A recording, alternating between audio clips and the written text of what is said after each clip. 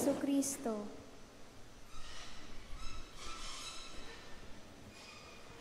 Magandang hapon po sa inyong lahat. Hello? Hi?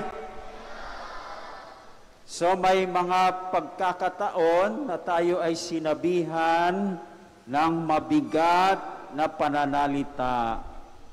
Nangyari na po ba sa inyo yan? Na sinabihan kayo ng mabigat na pananalita? Opo o hindi? So, opo pala yun, ano?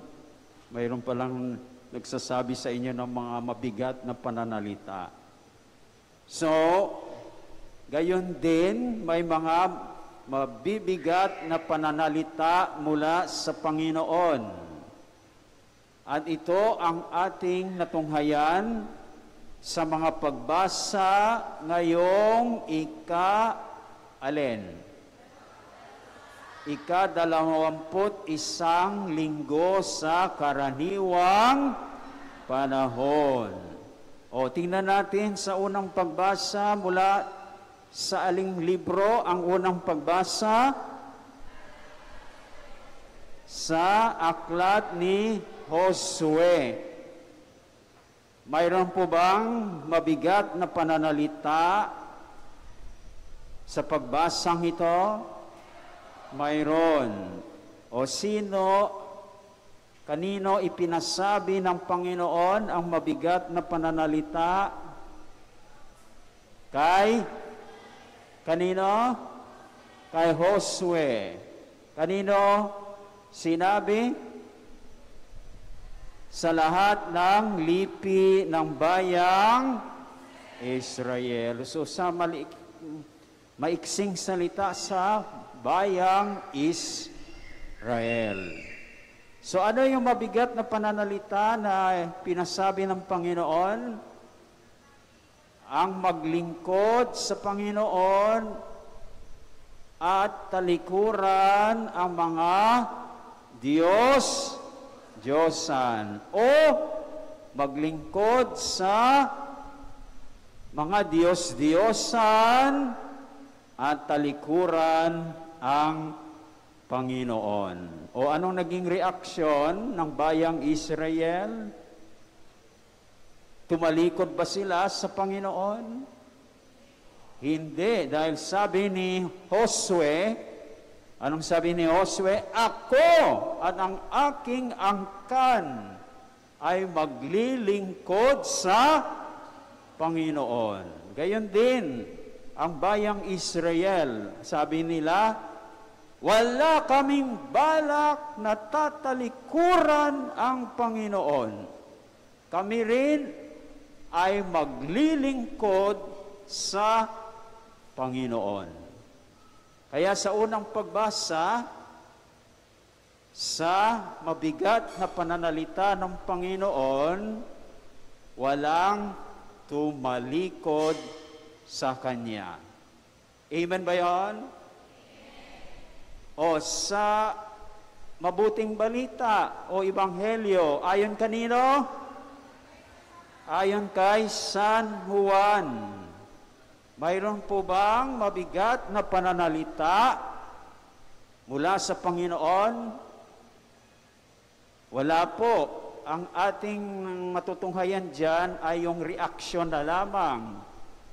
Dahil yung mabigat na pananalita ng Panginoon ay naroon sa nakaraang ebanghelyo, nakaraang linggo.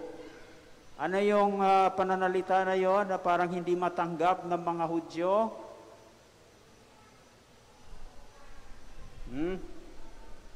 Ito ang pagkaing bumaba sa langit na ibibigay ko para sa ikabubuhay ng mundo o sanlibutan ay ang aking laman.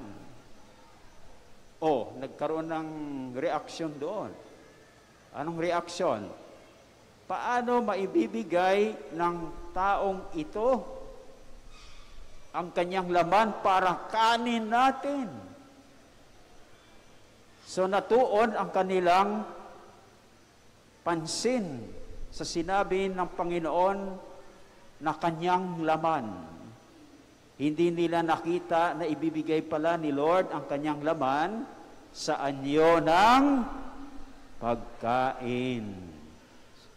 So ngayon, kahit na may reaksyon, tuloy pa rin ang sinabi ng ating Panginoon. Hindi niya binitiwan ang kanyang sinabi.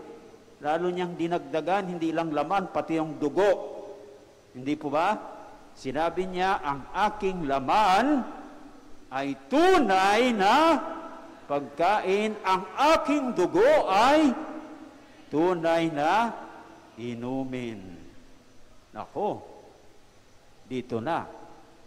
Ano na yung sabi ng mga Hudyo? Mabigat ang pananalitang ito. Sino ang makatatanggap nito? So, dahil hindi nila matanggap, marami sa mga alagad ng Panginoon ang tumalikod at hindi na sumama sa Kanya. O anong nangyari sa 12? Sumama rin ba? O anong sabi sa kanila ni Lord? Oh, baka gusto rin yung umalis. Umalis kayo. Umalis sila? Hindi. At sabi ni Apostol Pedro sa Panginoon, anong sabi? Anong sinabi? Panginoon, kanino po kami pupunta? Nasa iyo ang mga salitang nagbibigay ng buhay na walang hanggan. So sa Ebanghelyo ating natunghayan na mayroong tumalikod, mayroong hindi tumalikod sa mabigat na pananalita ng Panginoon. O sa ikalawang pagbasa naman, mayroon bang mabibigat na pananalita sa ikalawang pagbasa? Ilan? 3.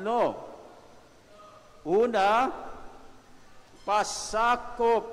Kahit sinabi ito ni Apostol Pablo sa mga taga-Efeso, ito ay sinasabi din sa ating lahat.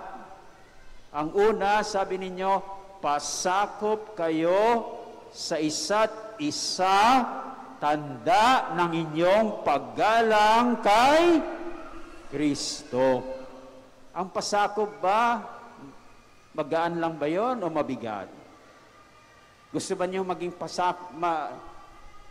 magpasakop? Ba, hindi mabigat pala sa kanya. Mabigat yon, di ba? Pasakop. Pasakop sa iba. Ay dito sabi sa isa't isa, hindi lang isa, kundi isa't isa. Di ba? Ayaw natin magpasakop Hindi po. Pero sabi ni Lord, pasakop tayo sa isa't isa. Tanda ng ating paggalang kay Kristo. Kasi gano'n naman, di ba? Pag tayo pasakop sa ibang tao, hindi ba, na pasakop na paggalang, ay talaga namang nagbibigay tayo ng, hindi natin binabastos, kundi ginagalang natin ang iba. So yan ang pasakop dito, pasakop ng paggalang na hindi natin binabastos ang ibang tao. Tama? Mabigat. Pero sa pasakop na ito, tayo ay nagpapakita ng paggalang sa iba, lalo na kay Kristo. Ikalawa, kanino sinabi ang ikalawang sa mga babaeng may asawa. Anong sabi diyan? Mga babae, pasakop kayo sa inyong mga asawa. Oh. Mga may asawa diyan, madali ba 'yon? Oh. Mahirap yata, hindi makasagot no? Madali ba 'yon? Mga babae, pasakop kayo sa inyong asawa. Mabigat. Agree ba kayo? Pero ito yung pasakop sa pag-ibig ng inyong asawa. Paano masabi natin na yung babae ay nagpasakop sa pag-ibig ng kanyang asawa? Kapag sinuklian niya ang pag-ibig ng kanyang asawa. Naintindihan niyo? O, kayong mga babae, sinusuklian ba niyo ang pag-ibig ng inyong asawa? Baka sabihin niyo, Father, wala naman siyang pag-ibig sa amin Paano namin susuklian? O may pag-ibig ba ang inyong mga asawa? Parang mahina Mayroon? O, suklian nyo ngayon.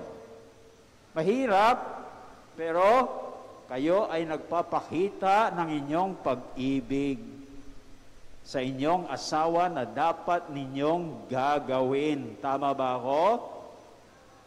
O, akala ninyo sa mga babae lang. Mayroon din sa mga lalaki. Hindi po ba? Yung pangatlo yon. Anong sabi ni Apostol Pablo?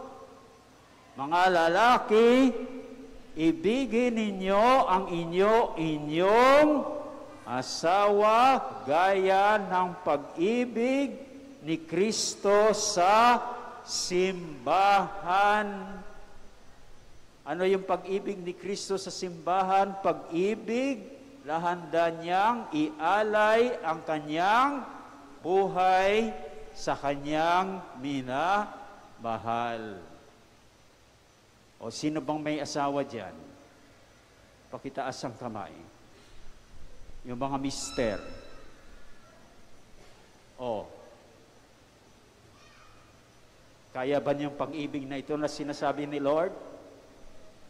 Tingnan nga niyo yung misis ninyo. Masasabi ba ninyo na mahal kita?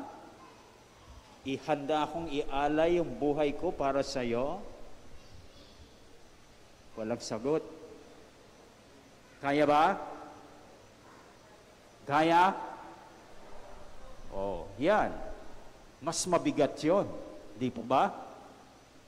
Makin mo, inaasahan sa isang lalaki na may asawa, na handang ialay, handa akong magsakripisyo para sa iyo. Ako na lang ang masasaktan. Hindi ikaw ang masasaktan. Amen po ba yun? O yan bang nangyayari? Hindi ba sinasaktan ni mister ang kanilang misis? Ha? Ay, hindi. Ikaw lang yata no? So yon, mabibigat na pananalita. So anong gagawin natin ngayon?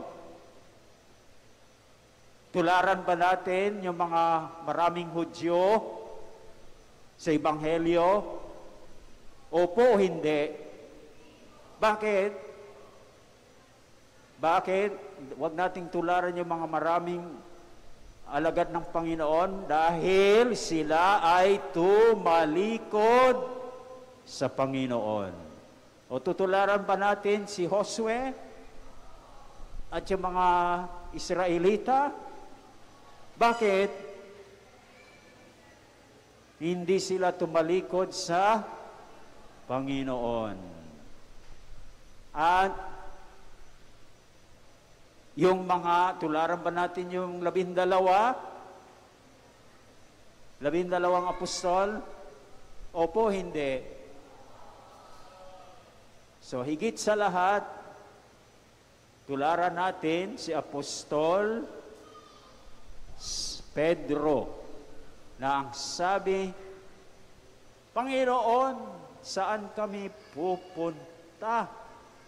Nasa iyo ang mga salitang nagbibigay ng buhay na walang hanggan. Amen ba yun?